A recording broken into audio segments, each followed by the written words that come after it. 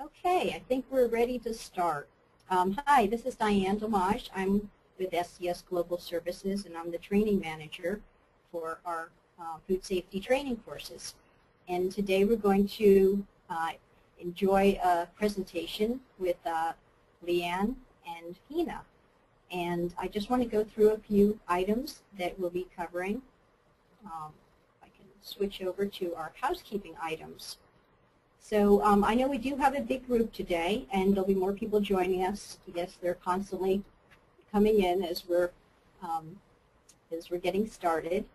So just to cover this, throughout the webinar, you can chat in the questions in the question and answer box, and we may ask some poll questions, and we will go through as many as possible within our time limit. We may come to some a little bit later if there's answers that are going to be covered in the slides, of course. So should you have any technical issues, audio or visual, or trying to log in, try to reboot and start all over. It is a pretty simple system, but you may need to try again if you're having any issues. And this webinar recording and presentation slides will be made available to everybody who has registered, even if they haven't been able to make this actual live event. So just to cover a little bit about SCS, we are a leader in food safety and sustainability. We have many clients worldwide, 7,000 or more. We're a trusted third-party food industry certifier, and just in 2012 issued 1,000 certificates. They're covering a wide area throughout the industry beyond food safety, but in food safety we work with Global GAP, SQF, of course, BRC, the harmonized GAP. We do GMP certifications. We are also specialized in the antioxidant superfoods and pesticide residue free with our testing division, and we are USDA organic certifier. We have extensive food retailer relationships, including retailer education programs on food safety, and we are accredited and have partnerships in sustainable certifications such as Fair Trade USA, FSC, that's Forest Stewardship Council, MSC, which is the Marine Stewardship Council, ASC, NSF, RSB, Bunsucro, and more. So anyway, today you're here to learn about some food safety updates with SQF, and we're very lucky to have LeAnn, who is our Senior Technical Director for this SQF Institute. She's responsible for all the elements of the SQF program, including the development, maintenance, and technical support of the SQF Code and supporting materials. She has 25 years of food service experience, specializing in supply chain food safety and quality assurance. And also, Heena Patel, who is our Director for Food Safety at SCS Global Services. She has been directing our programs for growers, packers, shippers, processors, and other agricultural operations for at least 20 years now. And she manages a team that specializes in our audits for SQF and BRC. She has experience in food quality, assurance, auditing, microbiology, and plant sanitation in the food industry. And you're certainly welcome to contact Heena or LeAnn after this program if we don't get everybody's questions answered. So now I'd like to turn this over to LeAnn, and I'm going to just sign off for a little while. Thank you.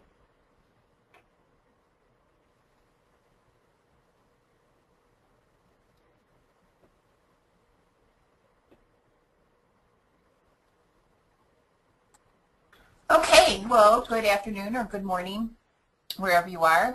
Thank you for giving me this opportunity to speak to you today about the changes to the 7.2 code. As Diane mentioned, what we will be doing is going over the changes to the 7.2 code, and then Heena is going to wrap things up and provide some top nonconformances through the SQF audit as it compares to the SCS suppliers. Specifically, what I will be doing is giving the benchmarking update where we are with some of our new codes that are out there. those approved modules that we have already benchmarked to GFSI, and then go into those heart of the changes and some of those modules in development and the resources that are available right now for 7.2. So as I'm sure if you've sat in any of my webinars, you see this industry scope diagram that I consistently show. This is the industry scope that GFSI has developed. What they did under the new guidance document is actually broke out the industry and specifically in specific scopes. So there's, I call it buckets. So there's a bucket for feed, a bucket for farming, pre-processing, processing, catering and wholesale, distribution and packaging. So you can see that this is exactly how we developed our code. So it makes sense that we have a code for every one of these industry scopes. So if you look at the buckets, you'll see there's an SQF industry scope for any of these that there's GFSI guidance. And in fact, there's some when there's no guidance available, we still developed a code. Everything from feed all the way to production of packaging, food packaging materials. When it comes to what has been benchmarked to GFSI, there have been just a couple changes. First off, we still have those that were benchmarked from farming of animals, plants, animal conversion like slaughter, and then pre-processing and processing of foods, as well as biochemicals and food packaging. So that's all been approved by GFSI. Just in January, we were approved for our animal feed and our pet food code. So now we have a separate code for animal feed as well as pet food production, and that was approved by GFSI in January. Then what we still are waiting for is to get our codes for farming of fish as well as farming of grains and pulses benchmarked. We're missing those 10 certificates, and it's unfortunate because really SQF was founded in Australia, and it was mostly on those grains and pulses certificates, and what we need is now 10 certificates in order to get these benchmarked. It still means that those facilities undergoing an SQF audit for Module 6 or Module 8 would receive a certification that's accredited. It's just that it wouldn't be benchmarked to GFSI. There's nothing technically wrong with it. It just isn't benchmarked to GFSI.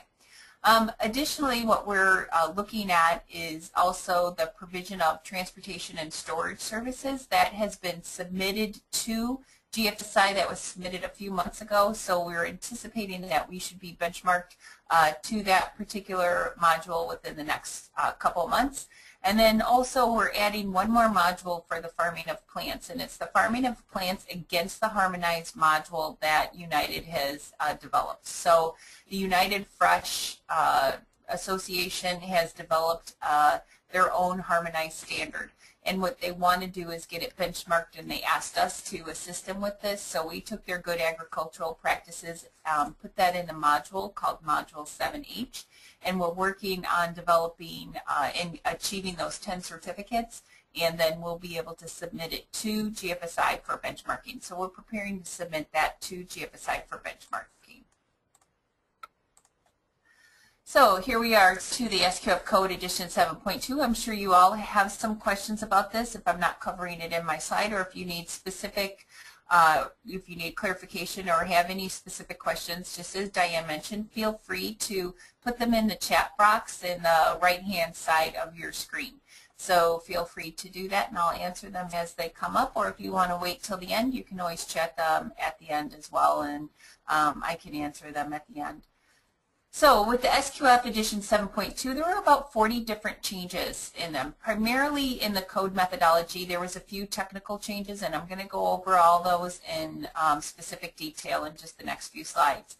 7.2 is now available on the website, sqfi.com. It was available come March, or last March, and so it will be implemented for a July 3rd date. So July 3rd is the scheduled implementation date. That's not going to change. So in a little over a month, we will have everybody on the 7.2, and I'll go over the implementation.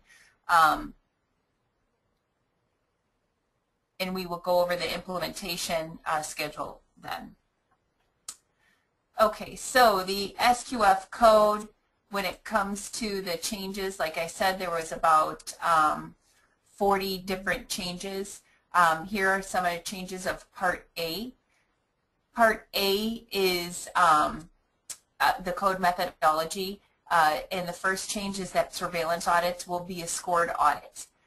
So right now, surveillance audit, you receive a surveillance audit if you're placed under suspension for any reason, or if you received a C grade on your last recertification audit. Currently, that surveillance audit is not scored. Now, with 7.2, you have the opportunity to change your score mid-certification cycle.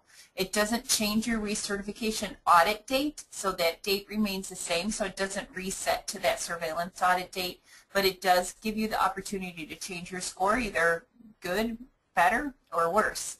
Actually, there's no option to change or not change your score. It's not like the better score wins out. So the surveillance audits are now a scored audit, except that the recertification audit remains the same. What we also did is addressed requirements for seasonal production for the initial surveillance and recertification audit. So a lot of the seasonal suppliers, they have to undergo an initial certification, and we ask that they be conducted during the peak operational part of the season. During surveillance audits, we recognize that there could possibly be no production occurring if you're a seasonal supplier. Yet there is still some pre-activity that can be reviewed and conducted as it relates to a surveillance audit. So we're asking the certification body to do a desk review or check that those corrective actions that were identified during the recertification audit or initial certification audit be reviewed and checked to ensure that they're ready to go when the season begins.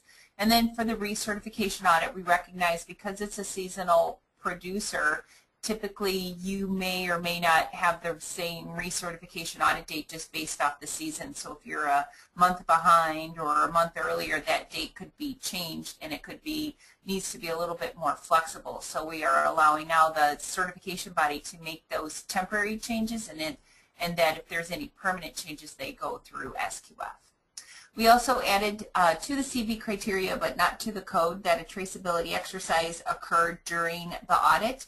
A traceability exercise is identified as it relates following the code requirements outlined in the SQF code. So it's nothing different than what your typical exercise is that you do right now regarding traceability.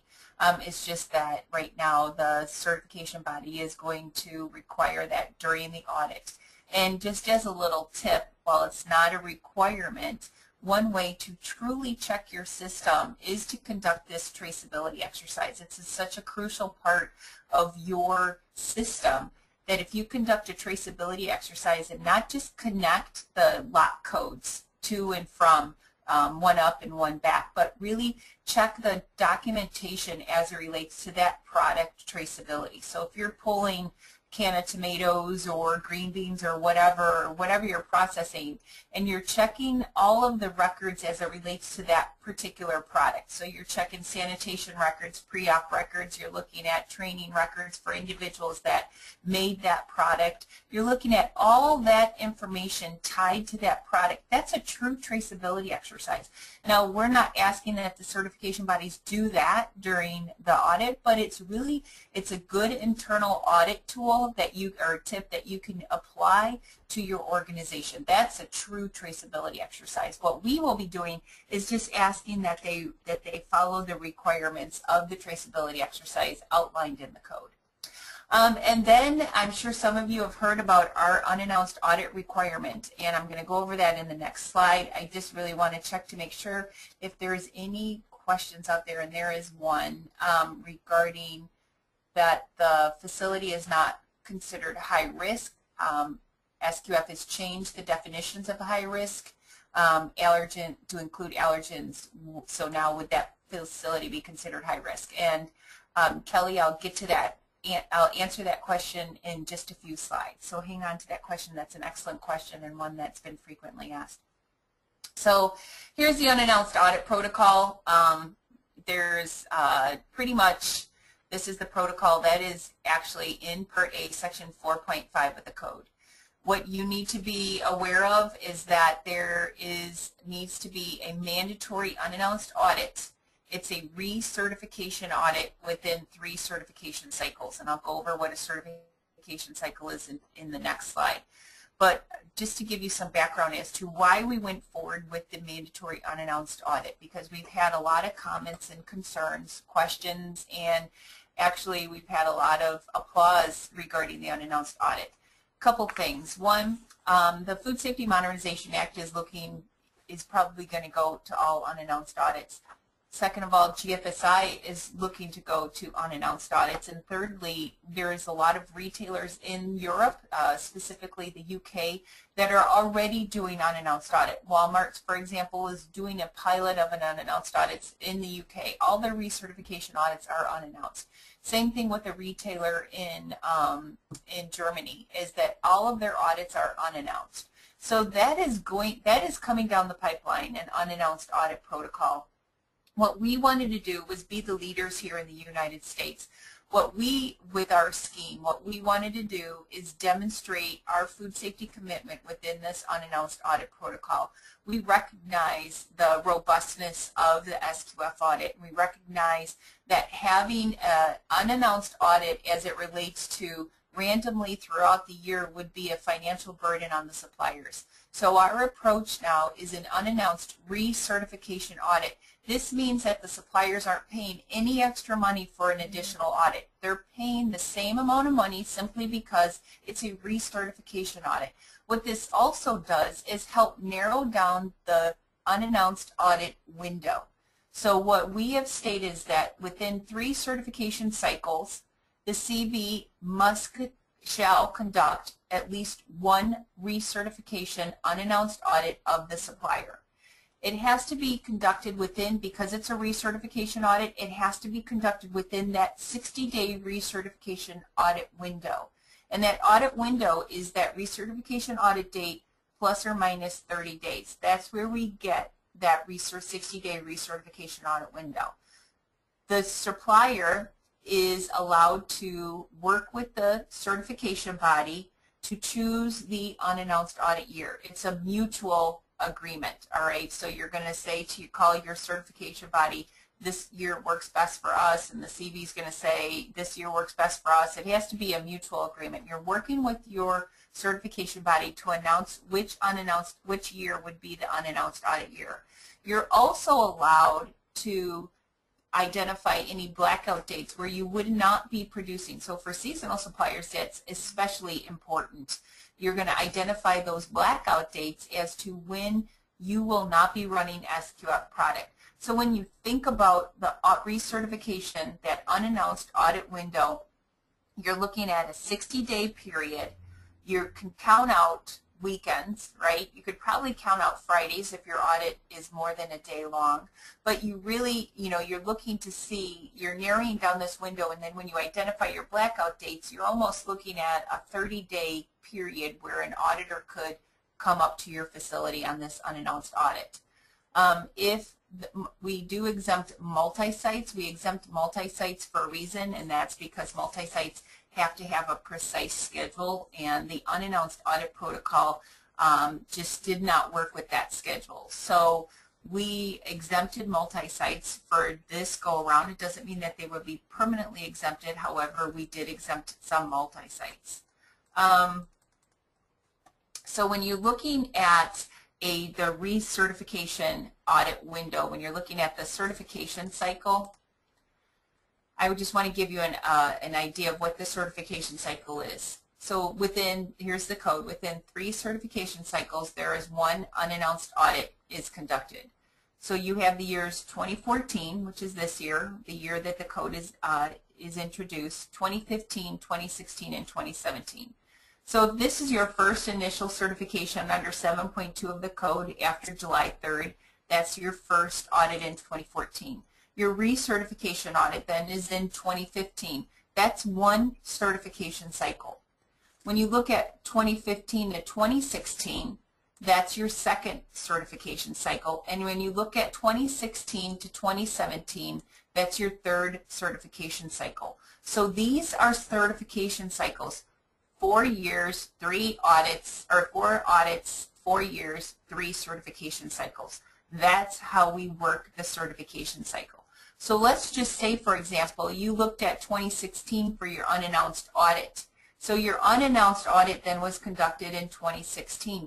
When does your new certification, your unannounced recertification audit cycle begin?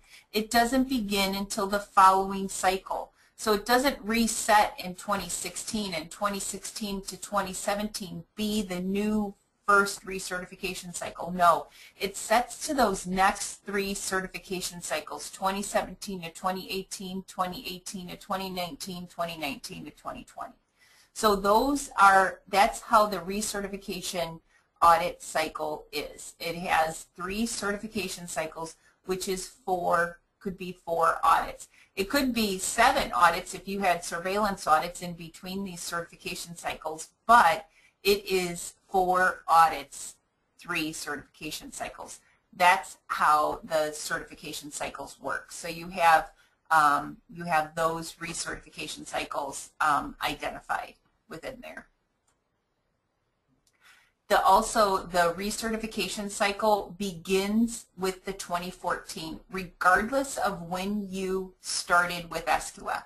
So if you started with SQF last year in 2013, 2013 to 2014 is not your first recertification cycle. It begins with the implementation of 7.2. So everybody in 7.2, when they start with 7.2, starts in 2014.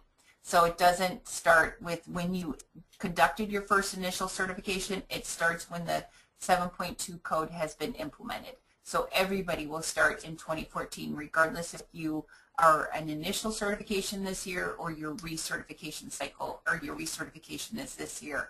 It has to be against 7.2 of the code.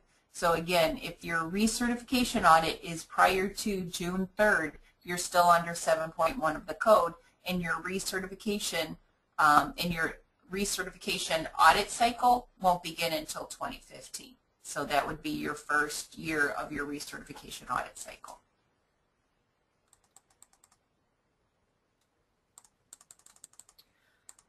So then there are some just some key points that I wanted to call out. The CB and the facility work together to determine the unannounced audit year. The unannounced audit recertification audit year, like I said, begins with the first certification or recertification audit to edition 7.2. And then there is only 1 unannounced audit per identified certification cycles, those 3 certification cycles. Only 1 audit per these 3 certification cycles. That's how it works out. So there are some expectations that we're expecting suppliers and expectations for auditors, and I'm going to share those right now.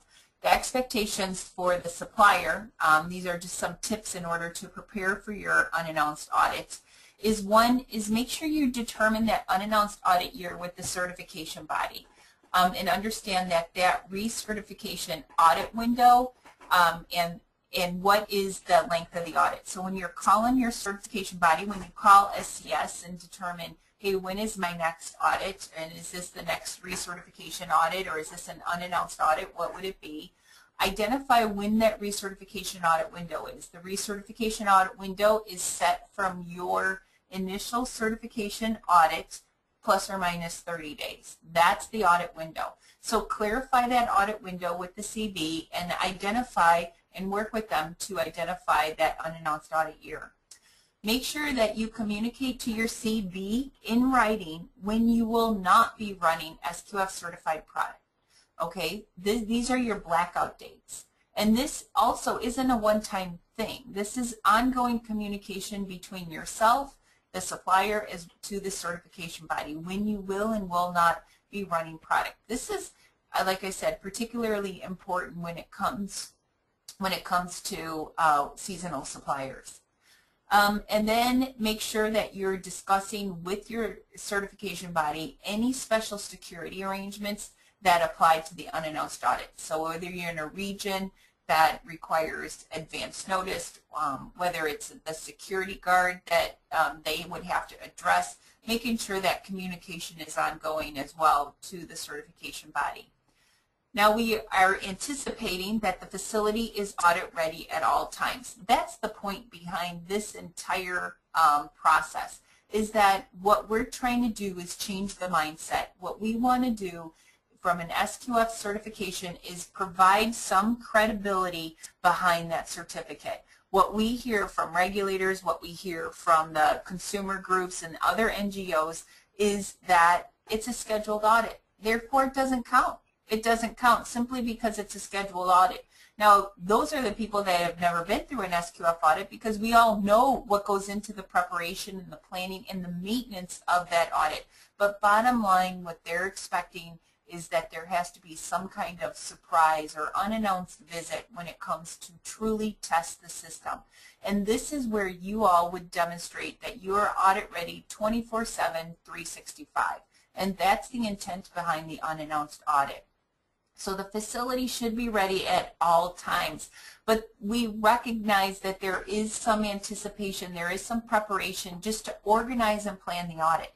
But these things can be done prior to during your recertification audit window, just to get things ready and to prepare for the unannounced audit by assembling that documentation, gathering those records and other essential information for a smooth and efficient audit and planning that during that recertification audit window. We changed the protocol so that we ask that the certification body and the facility work together in order to plan the unannounced audit year, just so that they can really prepare for that unannounced audit, prepare for that auditor to come into their facility.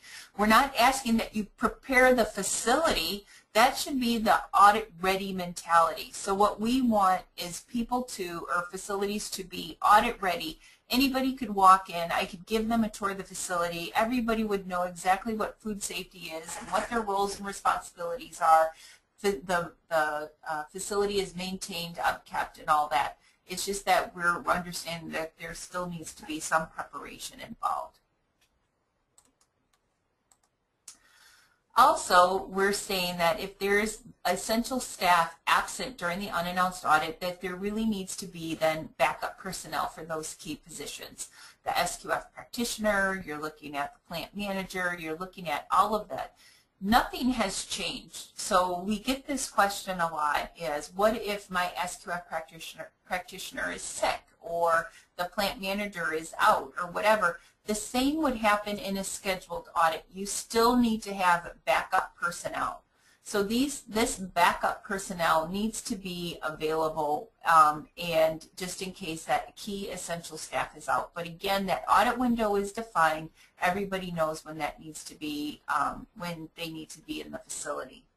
So also during the unannounced audit year, we are asking that you prepare to have those annual reviews completed prior to the start of the recertification audit window, so that the auditor has the right documentation to review. So that means that to have those management reviews and the internal audits and the traceability exercise and the test recall, all being completed prior to the start of the recertification audit window. Additionally, we ask that the receptionist or the security person or anybody, that the person in charge, that they're aware that an auditor coming from the licensed certification body may arrive during this particular time frame. And then when the auditor arrives, that you as the facility check to ensure that they are the ones that should be there. That means that the receptionist or the security person or the SQF practitioner verifies with the certification body that this is who the auditor is that they sent, this is here to conduct the unannounced audit. What we're concerned about is some security violations. What we want to make sure is that the auditor is there, they announce themselves, who their certification body is, and making sure that you don't have just random auditors walking into your facility. I mean, it's a good practice anyway, but making sure that all of that is being followed. And then also that the audit commences as usual, that the audit plan, the audit duration, the exit meeting, time and date are confirmed at the opening meeting. This is all what the expectation of the auditor and the certification body has anyway, but making sure all of that is being communicated during the opening meeting, and then making sure that there is always a guide available for the auditor during the audit. Again, it's security issues as well as just good audit protocol. We also have expectations for auditors and what we want them to follow. So we're asking that auditors always carry their SQF identification card and any authorization from the certification body. Again, the facility is there to verify and validate with the certification body, but making sure that that identification card is available by the auditor. How many of you have? Excuse me, but can you guys mute your computer, please? I'm getting some background noise. Thank you.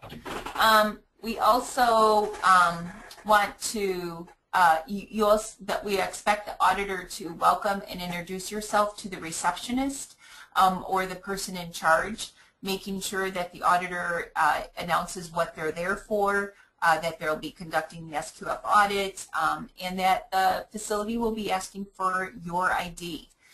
The auditors also have to be aware and conduct that opening meeting with the key staff, following just your standard protocol. Really, when you look at an unannounced audit, really the unannounced audit part is about the first 30-60 minutes.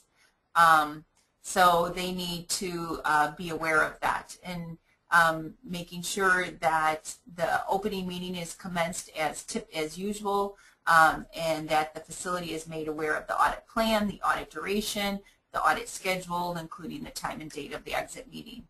And that the facility, the auditor, has to make sure that there's always a guide with them. Again, it's just good auditor protocol. We ask that the auditors tour the facility within the first 60 minutes of their arrival. So it doesn't mean it might not be their first, it just would be their first go around. They would probably go in the facility multiple times after that, but really within the first 60 minutes is when they should be walking around the facility. And we are asking that the auditors are planning ahead when requesting documents. See that there's a list so that the facility doesn't keep going back and forth. If you need to look at the HACCP records, the complaint records, the meeting minutes, the PRPs, the CCP records, etc., there's a list so that there could be somebody gathering this documentation while you walk around the facility. And then during the audit, we recognize that there may be some blackout dates that were identified by the supplier, and we see that the auditors look around the facility or look at the records to ensure that these blackout dates were indeed valid. And then we ask that auditors, of course, have to be organized and efficient, but this is a crucial time. Time management is so critical to the success of an unannounced audit, but keeping in mind that the depth and thoroughness of the audit should not be changed simply because the audit is unannounced. So these are some of our protocols. We had one question regarding the replacement card. If you're an auditor and you need a replacement card, then you would just contact Exemplar Global, and that information is on our website, or you can just email me and I forward that to you. So if you're an auditor out there and you need replacement cards, be sure just to go to your certification body, or you can email me and I'll put you through to the right people. Okay, so now we're going to get into Part B, and these are the technical changes to the SQF code. And so I'm going to go over each of the technical changes. So just to give you an idea that this SQF update sheet, the 7.2 summary of changes to the 7.2 code, is available on our website. This was pulled directly from that sheet, so just going over it with you guys in a little bit more detail. Overall, what we did through all of the PRP modules, we changed the reference to safety data sheets, or to material safety data sheets, to just safety data sheets, or SDS. We changed this based off of an industry recognitional change to all of this. We also changed in the post-farm gate modules the clarifying air quality. So clarification to the compressed air requirements. So we asked that not the compressed air, but the compressed air systems be maintained. And there was just a clarification of that. The intent has not changed. The guidance has not changed. So it's really the intent has not changed. We just provided some clarification to it just simply because we recognize that sometimes it's just not the compressed air that needs to be checked, although that would be one component, but it's also the compressed air systems that need to be checked. In 214 on page 48, we wanted to clarify the responsibility for who would be validating those food safety changes. And it used to say the SQF practitioner needs to do X, Y, and Z. Rather, what we wanted to do was clarify that anybody could do that. Anybody qualified to do that. It doesn't necessarily have to be the responsibility of the SQF practitioner. So we wanted to clarify that. In 234, we clarified the requirements for co-manufacturers. We made it so that if an organization, a facility is using a co-manufacturer, that co-manufacturer has to identify or has to meet those requirements of the SQF code when it pertains to food safety and food quality. We also clarified that if that product or process is considered high risk, that there would need to be an on-site audit to the SQF code. It doesn't have to be a certification audit. It can be, but it doesn't have to be. It could be conducted by the supplier, can be conducted by a third party, but there has to be an on-site audit that evaluates that particular co-manufacturer as it relates to the SQF code. We also clarified in 241 that SQF be added as an essential contract. So in 2413, we added that the SQF and the certification body be notified in writing within 24 hours upon identification of a food safety event that requires public notification. And I kind of want to clarify this too because we've gotten some questions about it, because there is a lot of public notification. There's a lot of public notices, especially with the internet and other social media. What we want to emphasize is that it would require public notification. So a lot of the information when you're looking at a USDA or an FDA notice can be FOIA'd, can be, a requested information, can be posted to the internet, but it doesn't require notification for public safety, and that's the intent behind that. So we don't need to hear or see every NCR or any other kind of 483 form or anything like that. What we want to see is what requires a plant closure, a shutdown, recall for food safety, class 1 or class 2. That's what we want to see. To us, that would require public notification. Same thing, in 2422, we clarified the use of the term exempted because that is what's included in the code. So we removed the term excluded. That was not defined in the code, but the word exempted was, and we wanted to be consistent with the terminology. 242, we clarified the risk assessment, and we provided to make sure that more people understand what the risk assessment is and when it should be used. If there is any time that the supplier wants to manage the SQF system and control it in an alternative method, or believes that the code is not applicable to them, whether it's allergen management or the use of foreign material detection, any of that, then they need to conduct a risk assessment to either be exempted out of that particular change or use an alternative control. So we wanted to clarify that as well. And 244, this is about food quality, and we removed the designation for the mandatory to the entire element. Rather, we only put it to the 2441, which is the development of the food quality plan. 2442 addresses the use of the quality shield, which is not a mandatory requirement. 251 251 again describes those responsibilities for validation and verification activities. Again, it used to say that it has to be conducted by the SQF practitioner. Now we've clarified it so that it's more anybody that's qualified. It just needs to be conducted. Bottom line, the intent isn't that the SQF practitioner has to do it, but that it has to be done. And then 263 again clarified that SQF and the CB have to be included as the essential contacts.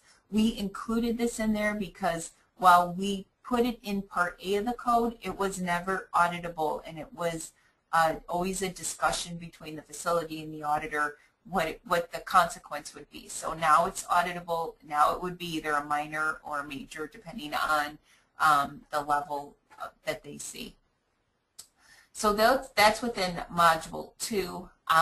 Under Module 5, we had just a few changes.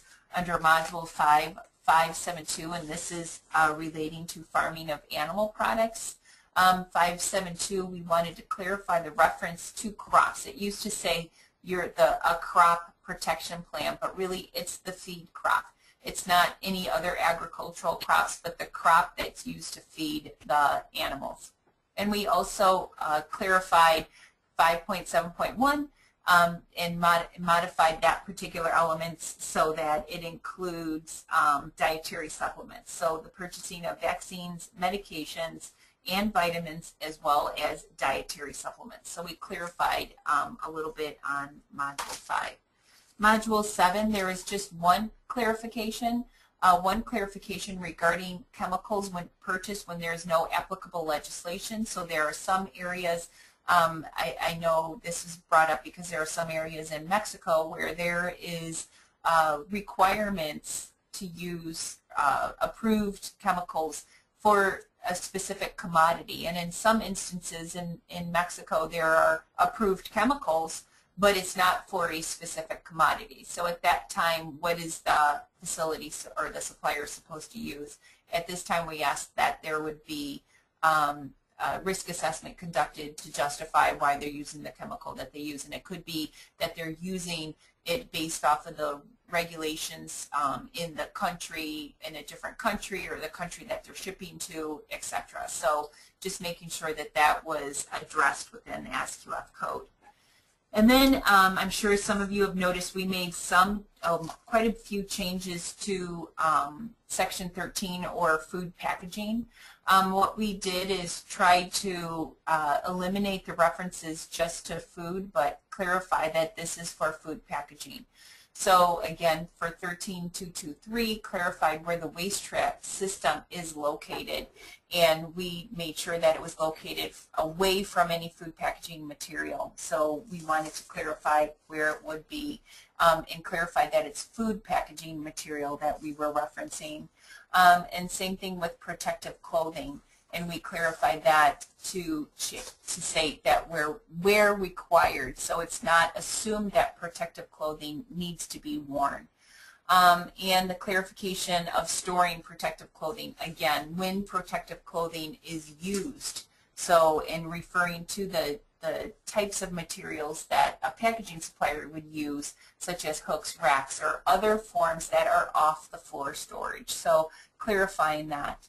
And then how to store that protective clothing and what types of products can be used to store it. So it's typically off the floor storage to ensure that the protective clothing doesn't become recontaminated. Clarification of the use of bandages with metal strips. So we clarified that so that it would contain a metal strip or waterproof or colored dressing. And then clarification of when areas where personal habits are permitted. What we did is looked at modifying this so so we said when smoking, chewing, eating, drinking, or spitting are not permitted in areas where product is produced, stored, or otherwise exposed. Most of these references would have the reference to food, so we pretty much eliminated all of these references.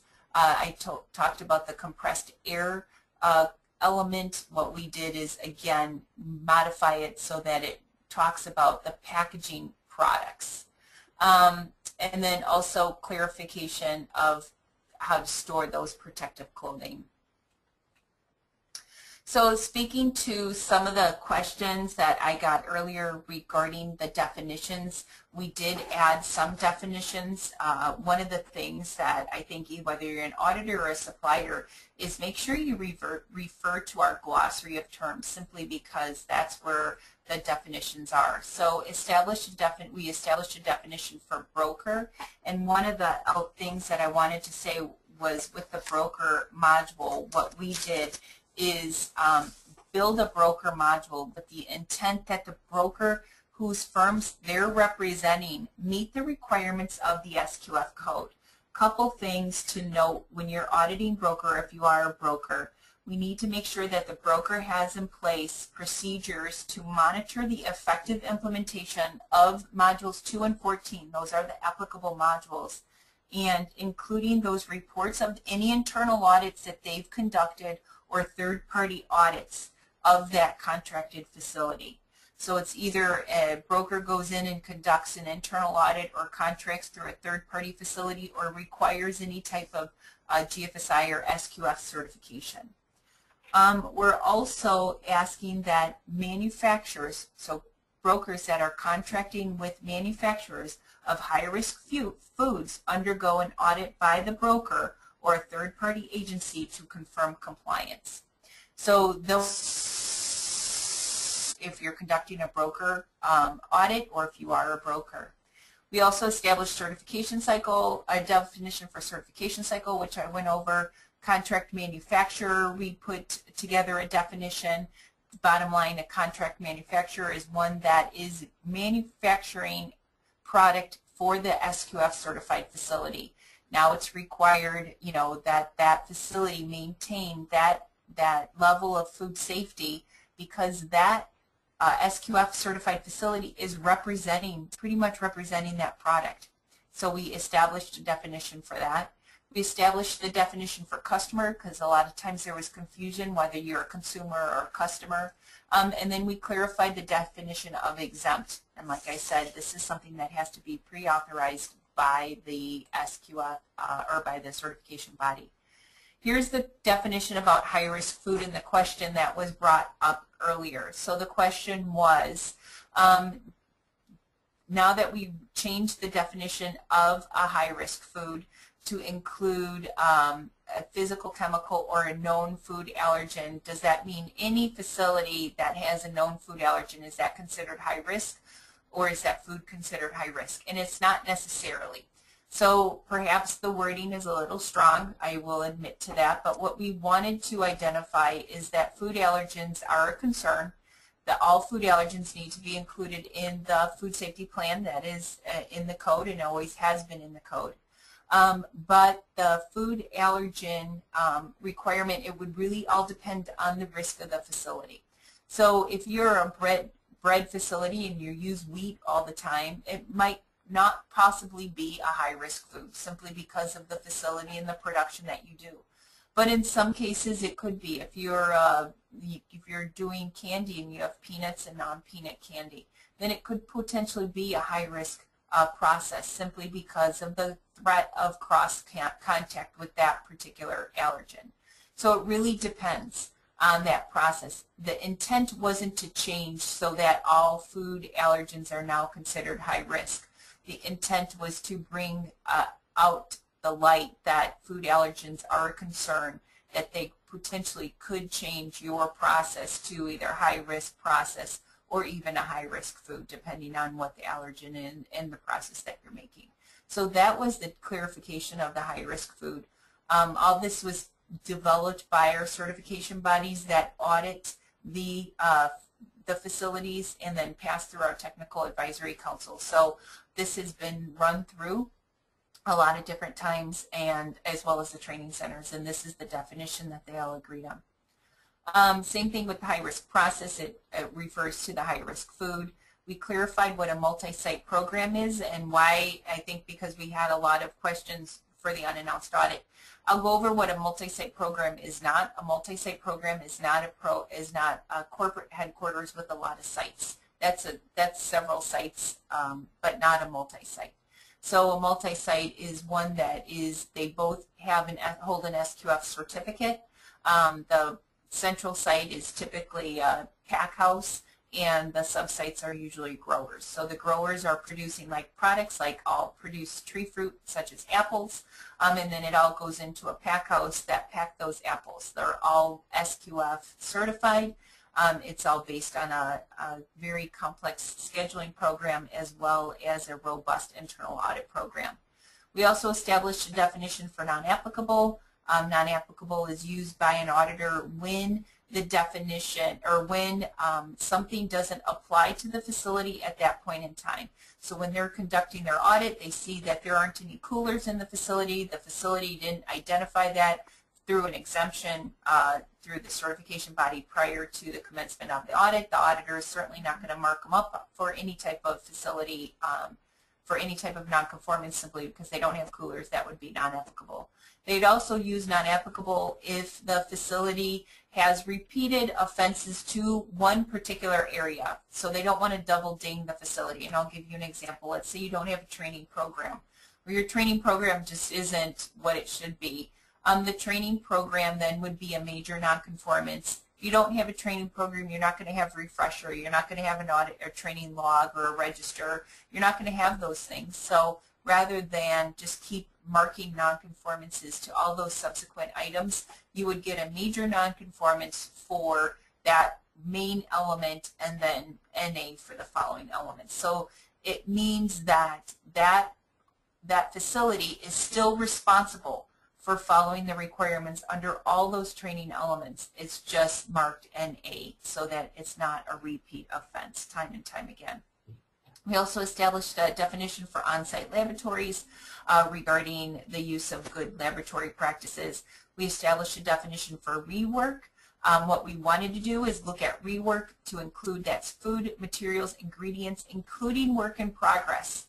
So a lot of times we have the assumption that rework is finished product going into raw materials. And I made Hot Pockets. I worked at QA for making Hot Pockets, and you can't rework a Hot Pocket. So if I was audited, we'd say we have no rework, but that's not true. There are some times when you have work in progress. There's times when you are have stuff that's left over that's going to go into the raw materials, and traceability is essential. So we added a definition of rework because this is a mandatory element in the code. We also established a definition for a sampling program that looks at a program of sites defined by the scheme owner, determined by the certification body upon specific criteria, and also a definition of unannounced audit, as we were talking about a little bit earlier. So before I answer go into the implementation, I know I had a few questions, and I was just going to save them all for the end. So I believe starts with, do I need to get certified as an SQF practitioner yearly? Actually, SQF practitioners never have to be certified. So there is no registration requirement of an SQF practitioner. The SQF practitioner has to demonstrate knowledge of the code. So going through one of these updates or going through even the professional update, that's a 4-hour webinar that SQF holds quarterly, that would be a good idea. That gives you an idea of what are some of the changes. But SQF practitioners do not need to be registered or certified by any ways. Flavor testing of food products in packaging areas, is that allowed? There is a requirement in, I don't think it's in Module 13, but I know it's in Module 11 that if you're doing any type of testing, so if you're doing flavor testing, perhaps that would be under Module 11, but there is a testing protocol. So if it's in your process to say, hey, because we recognize you're not going to bring everything back to the lab to test, but there is a process to ensure that product cannot be contaminated. If it's part of the process, then it would be allowed, but we need to have training and make sure that it's outlined so that you are following those specific requirements. Are there recommendations for additional annual or other refresher training for SQF practitioners? Like I said, what we have is those professional updates that we do, and that's done on a quarterly basis. We also have what's called these learning lunches, and I'll go into those in just a couple minutes, and that's actually good, just snapshots of training that we do, and I'll go over that slide in just a couple minutes. And then there's also our conferences. Oh, SCS chatted in a bunch of stuff, so hopefully you're reading the chat box. And then, is there audit guidance available for SQF 7.2? And yes, there is. There's guidance available right now on our SQF website, and I'll go over where that is in just a few slides. So I'm running out of time, and I'm sorry about that, but I'll hurry up. This is, so just to give you guys an idea, I thought I had some additional slides, but I don't, I'm sorry. Just to give you an idea of what I have, what's available. So for continuous training, I would go to our website, sqfi.com/events, sqfi.com/events, and it has what we have as our Learning Lunch program. Our Learning Lunch program is 1 hour snapshots. Our next Learning Lunch is June 4th. We also have what is our SQF conference, which is at the end of October, and we have professional update webinars, which are 4-hour updates of the SQF program. So go to our events page. It has a lot of information. Our guidance documents are under the documents tab, so sqfi.com/documents, and the updated version to 7.2 guidance is available right now, and it's posted to our website. If there's any other guidance that we will be developing, the next one will be feed and pet food, and then we'll have more on modules 3 through 15 later on. So with that, I'll hand it off to Heena Patel. So Heena Patel is going to be talking now about those 5 non-conformities from SQF and SCS clients. So Heena, off to you. Yep. Thanks, LeAnn. This slide has information on the top 5 non-conformities taken from the SQFI Reliance database system. As you can see, that the findings are broken down into minor, major, and critical. And these are some of the common findings that was found between other CBs and SCS conducting the audit. These are some of the areas where the auditors had given NCRs. As you can see on the list, there are more findings given under Module 2, which covers SQF system elements, than Module 11, which covers prerequisite programs. I'll be going over a few NCRs from the list in next few slides. This is the area that needs to be focused on. This is maintenance of the building structures and fixtures. It's important to maintain building structures and fixtures such as roof, ventilation, ceilings, walls, floors, and other areas in the facility. If these areas are not maintained well, then non-conformities can be raised by the auditor. It is the responsibility of the maintenance department to ensure that the facility is maintained well. Hello, and welcome to the meeting. And that these areas are included in the maintenance schedule and that inspected on a schedule basis. Also, these areas must be kept in clean condition and in good repair. A hygiene clearance record must be in place on repaired areas, and the areas must be cleaned and sanitized, inspected for any foreign materials prior to resuming work. What I have seen during the site audit is that employees, they fill out one form, and the form is completed by several personnel from different departments such as sanitation, maintenance, and QC. So it's very important that the personnel are trained on how to complete the form and to make sure that the records are completed fully. Also, the other area is to typically gets overlooked is wall-to-wall and wall-to-floor junctions. If the junctions are not sealed, it will collect food debris. Typically, the junctions get damaged by forklifts and pallets being placed against the walls where adequate perimeter clearance is not maintained. Also, these areas are hard to reach areas to begin with and difficult to clean. Therefore, these areas must be continuously monitored so that the issues don't arise later on. Maintenance of the overhead structures is also important. The overhead structures must be kept clean as well, especially over exposed products. The structures tend to collect dust and other contaminants from the factory environment. There are higher chances of getting products contaminated from overhead structures if these areas are not included in the sanitation and maintenance program. Some sites tend to have drop ceilings or gaps or void between ceilings and top of offices and other areas in the facility. These type of areas are used to store any unused miscellaneous items, which is not a good practice. These areas must be inspected on a continuous basis, kept clean, and monitored for any pest activity. So these are some of the key areas that the site must focus on to avoid any further nonconformities caused put by the auditors. Another area to focus on is maintenance of the equipment, utensils, and protective clothing. As you know, that cross-contamination can happen if these areas are not maintained well. Equipment and utensils must be designed, constructed, and maintained according to the industry standard. As we all know, that equipment must be non-porous, made of stainless steel, iron, or aluminum materials. There should not be any signs of cracks or crevices, rust, peeling paint, surface erosions, and there should not be any loose objects such as loose nuts and bolts and other materials which can end up in a finished product as foreign material. Therefore, product contact equipment inspection must be conducted daily. Equipment should be easily disassembled for sanitation and inspection during pre-op and after sanitation. Another area to focus on is maintenance of utensils such as tubs and other containers that must be clearly identified for edible products, inedible products, and allergen-containing products.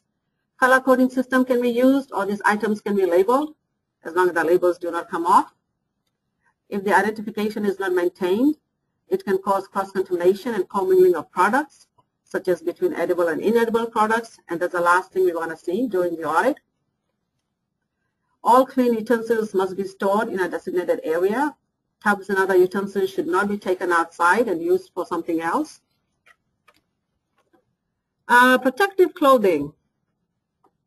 Protective clothing such as masks, gloves, hairnets, etc. must be stored in a clean, designated area and accessible to staff. It should be really accessible to staff. It should not be stored in any other areas where the workers cannot get hold of those protective clothing.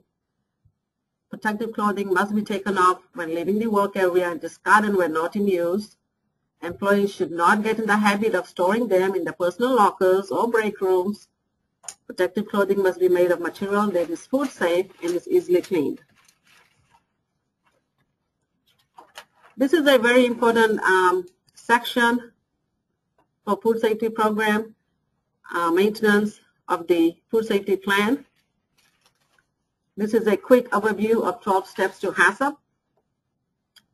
As we all know, that the HACCP food safety plan is the foundation of the supplier system. The supplier must develop and fully implement a food safety plan using the Codex or NAC MCF HACCP method, and at a minimum follow 12 HACCP implementation steps. There are 5 pre-steps, and the reason for these pre-steps are to allow the HACCP team to gather all the necessary information to put the HACCP program together. Step number 1, really quickly, the site must have a HACCP team in place. There must be a HACCP team leader that should be fully trained in the HACCP process.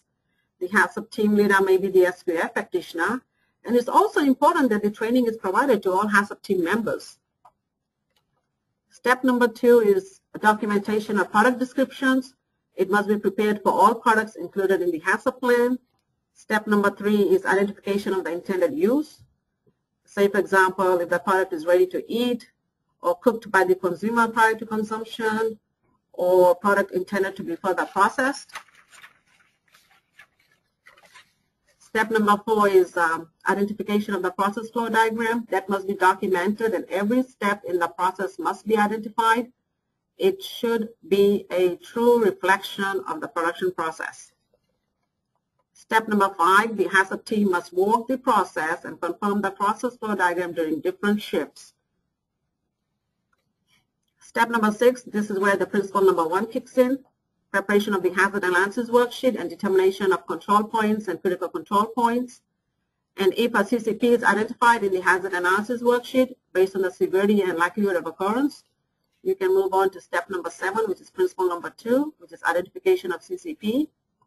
Step number 8 is principle number 3, identification of critical limits. Step number 9, principle number 4 is monitoring of CCPs. And step number 10, principle number 5 is coming up with a corrective action plan just in case the CCP deviates. The site must be aware of taking effective corrective action plan. Step number 11, principle number 6 is verification of the CCP to make sure that the CCP is working and review of the records. And step number 12, principle number 7 is record keeping. make sure that the CCPs are documented. I would also like to point out that critical limits must be revalidated at least annually by the SQF practitioner. The entire food safety plan must be verified annually as well. When changes occur in the process, the HACCP plan must be updated and revalidated to reflect the changes. So this completes the brief overview of the HACCP program.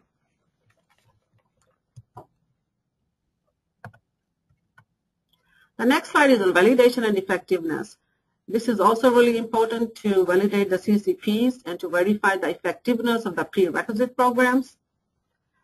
I will give a few examples of how to evaluate the effectiveness of the prerequisite programs. Say, for example, personal practices. It's important to observe employees during the internal audit or daily pre-operational inspection to ensure they are following personal practices, personal processing practices. This is also making observations on the production floor to make sure that SQF code requirements are being met. This is a very broad topic. It covers all the prerequisites, GMPs, personal hygiene practices, and the code requirements. Training of personnel. It's very important to interview employees to ensure the job training has been effective and that key points are understood. One thing is providing training. Another thing is it's important to make sure that the training has been effective and that the employees understood the training material. Calibration of equipment is always good to get an outside contractor to confirm that the equipment is properly calibrated. Also, it's important to do in-house calibration, like a daily verification of the scales to make sure that the net weight is declared correctly on the labels. Another way of evaluating the effectiveness of prerequisite program for the pest control is to conduct trend analysis of the pest activity so that the site can know which areas are problematic. Also doing trend analysis of the equipment breakdown for signs of repeat problems. Cleaning and inspection. It's important to take swabs from the food contact surfaces and non-food contact surfaces to ensure that microbiological loads are acceptable. And also trending the positive findings to see which areas have common findings, and then coming up with an action plan to get a negative result if you see a positive finding at a particular area in the facility.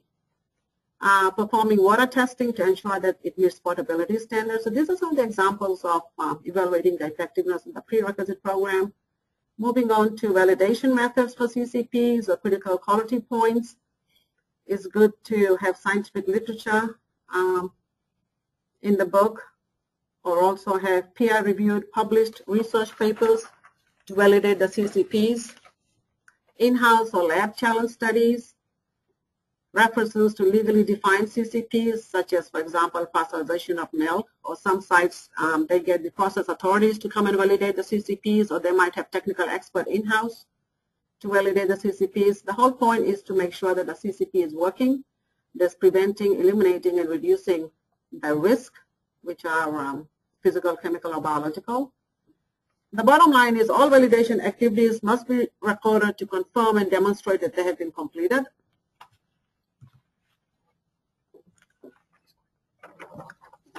Tips to improve your score.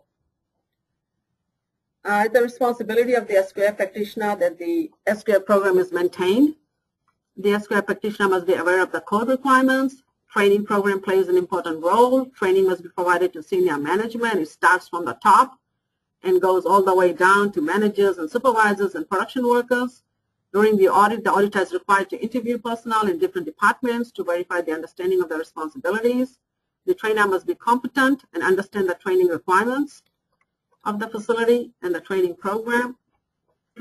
Management staff, they should spend adequate time on the production floor to make sure that GMPs and personal hygiene practices are fully implemented. The site must also conduct overall SQF systems audit and find gaps. All deviations must be completed in a timely manner. The internal audit checklist is also available on the SQFI website if a site does not have an internal audit checklist. Basically, the facility should be audit ready at all times. How to respond to corrective actions. This is really important. SQFI has requirements on closing corrective actions. For minor, all corrective actions should be closed within 30 calendar days. For major, 14 days. And the corrective actions must be closed in the SQFI Reliance within those dates. If not, then it leads to suspension of the certificate, or the certificate will not be issued. It's also important to do root cause analysis to find the source of the finding, because you want to go back and ask question why that finding happened, and also coming up with a preventive action plan to prevent that finding from reoccurring. So when submitting query of action, please do not provide blank forms. Provide some objective evidence to make sure that the finding has been corrected and it has been implemented. For example, pictures, records of training records, and any other objective evidence that will meet the requirements to close the finding. Does anyone have any questions on these slides?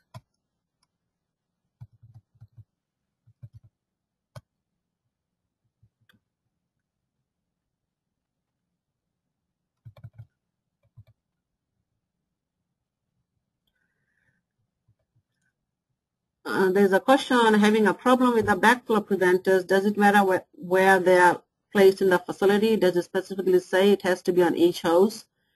Well, typically the backflow preventers are placed at the main water source, but it's a good practice to have backflow preventers located on the hose and on the water drop line, so that if there'll be a drop in the pressure way back in the plumbing system, you don't want water to be sucked back into the in the cleaning source. So it's important to have backflow devices located at several areas in the facility, in the plumbing system.